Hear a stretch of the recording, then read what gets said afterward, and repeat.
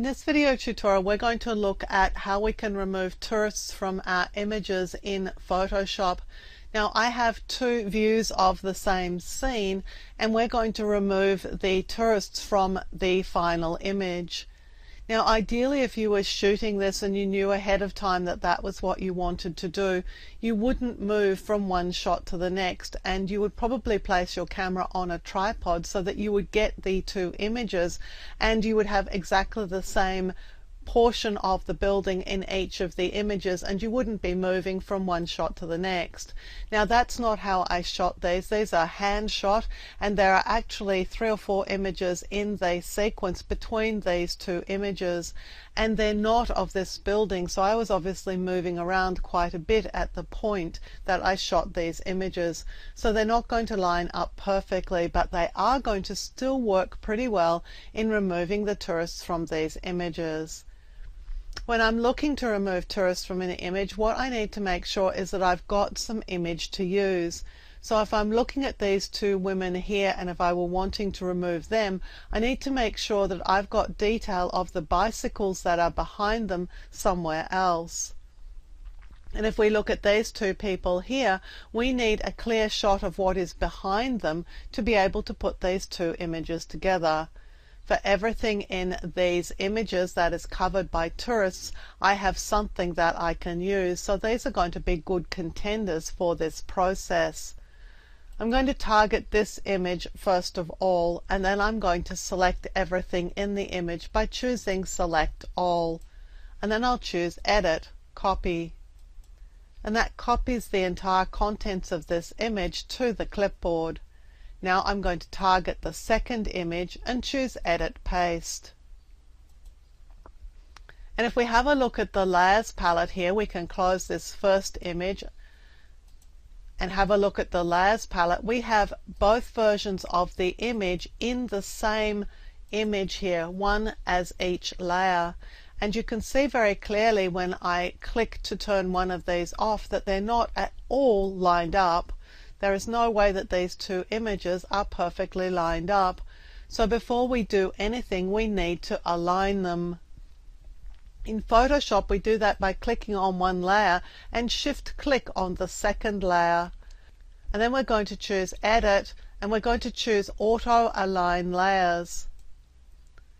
And we get this Auto Align Layers dialog, so we're just going to select Auto and then click OK.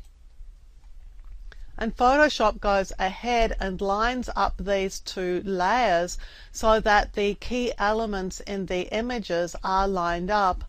Let's look and see this time what happens when I turn off the top layer. Well, the tower's not moving this time, and it's not moving because the two images have been aligned. So now it's a very simple process of removing the unwanted tourists. And we'll do that by clicking on the topmost layer of these two layers, and we're going to add a layer mask. And this is the icon here. When I hold my mouse pointer over it, it says Add Layer Mask. So I'm going to click here to add the layer mask to this topmost layer. With layer masks, I can paint with black or white or grey. So first of all, I'm going to click on the thumbnail for the layer mask because I want to make sure that I'm going to paint on it and not paint black and white paint over my photo. And then I'm going to get the brush, and what I want is a soft brush. So I'm going to select one of these brushes that is very soft. For now, I'm going to wind the opacity up to 100. I'm going to make sure that the mode is normal and that we're working with a brush that has pretty near zero hardness for now. We call that a soft brush. And now I'm going to switch to black because I want to paint on this layer to remove these tourists in the middle. So I'm just going to change my black and white so that black is my foreground color. Reduce the size of my brush a little bit by holding the square or tapping the square bracket key, and now I'm just painting over the tourist I want to remove. And what that's doing is effectively poking a hole in the topmost layer so that we can see the layer below. In the layer below there is no tourist in this area. It was just in the topmost image. And there's a tourist here I want to get rid of too. Again, making sure that this layer mask thumbnail is selected, I'm going to just paint out this tourist. You can see here as I paint out the tourist, I'm coming into a problem where there wasn't any image on the second layer. This image is a little bit smaller than the other one. So I'm just going to paint back in what I can. And if I really want to use this area of the image, I'm going to need to do a little bit of cloning. So I could clone some of the wall here to make up the extra image here, but it's only going to happen at the edges, and I'm really not that concerned about that because I'm going to crop this image. What I may be concerned about, however, is this line, because this is the border between the two images. Well, I can soften that by clicking on the layer mask. Again, always making sure that I'm painting on the layer mask and not the image itself. I'm going to switch to painting with a dark gray, something like this. And I'm also going to decrease the opacity to about 50%. And now I'm just going to wind up my brush so it's a bit larger and just paint down this line. And what I'm doing as I paint down this line is blending these two images together. If I'm not getting a good enough blend, I'm just going to increase the opacity a bit and perhaps even darken the color I'm painting with just a little bit. And this way I can blend out this seam between the two layers of the image. I want to start light and then just progress as I go to get a better effect. If I'm not getting it perfect the first time, just going to keep building on that effect until I get a seamless blend between these two images. It's no longer visible in the building here, but it is a little bit visible in the sky.